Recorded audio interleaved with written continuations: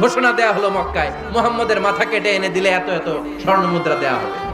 ওমরে ফারুক রাজি হয়ে গেলেন, নাঙ্গা তলোয়ার নিয়ে বিশ্বনবীর মাথা কাটার জন্য ছুটলেন।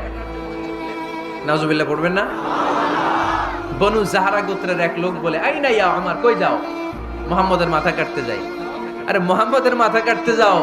তোমার বোন ফাতিমা বিনতে খাত্তাব আর তোমার বোন জামাই সাঈদ কদ সাবাআ, এরা তো ধর্ম ত্যাগ করে ফেলছে, এটা তো আমাদের ধর্ম ত্যাগ করে মুহাম্মদের ফলোয়ার হয়ে গেছে।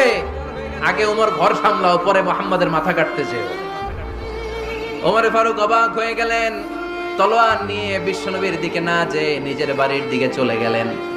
বিশ্বনবীর আপন বোন ফাতিমা বিনতে খাত্তাব, বোন জামাই সাঈদ আর খাব্বাব রাদিয়াল্লাহু তাআলা আনহু তিনজন মিলে সূরা তাহা তেলাওয়াত করছিলেন। পড়েন সুবহানাল্লাহ।